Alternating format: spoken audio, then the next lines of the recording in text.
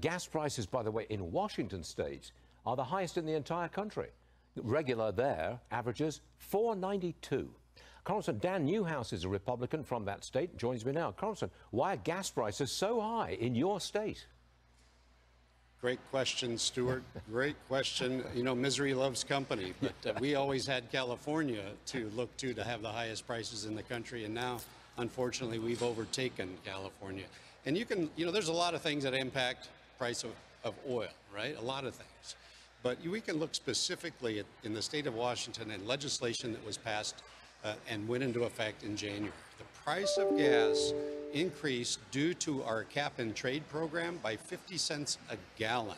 And that is documented. We can prove that that's the case. We have a higher auction price than the state of California does. And so that's why we lead the nation in this unfortunate position of being number one highest gas prices in the country. So it's green legislation, green rules that are doing this to your state. Is there any pushback from people in the state that maybe are not too happy about this?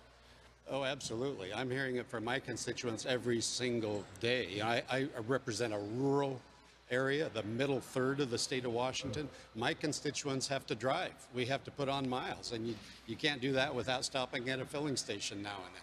And it's costing. The price of everything is so high these days. You go to the grocery store, it's unbelievable. Yeah. And now, because of artificial pressures put on by our governor, our state legislature, we now have, as I said, the highest prices in the country, and it's just going to get worse. However, these auctions. Sorry, on the other side of the coin, your state has exceptionally low unemployment, tying the record, I think, for the lowest state unemployment. You're at 3.8%. That is a very, very low unemployment rate. Is that Bidenomics, Congressman? I'm not being facetious.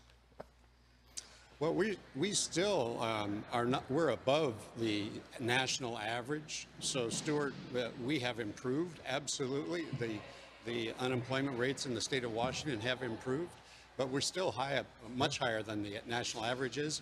And there's a lot of concern in these numbers. The Puget Sound area, Seattle, Tacoma, their numbers are going up as far as unemployment is concerned. So, and with the impending interest rate increases by the Fed that we should see this week, that's going to have a negative impact on the jobless rate as well. So it's a mixed bag.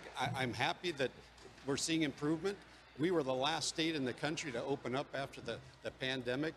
Finally, the governor took the emergency status away in the state, and so we're starting to see things open up. So the trend is good, but there's concern still for the future. I wonder about the political trend. Will Washington state ever move slightly to the right? I'm not asking that as a serious question. I just can't imagine it. We can only hope. We can only hope. Thank you very much indeed. Congressman, great to have you on the show. Come back soon. Thank you very much, sir. Always a pleasure. Thank you. Sure thing.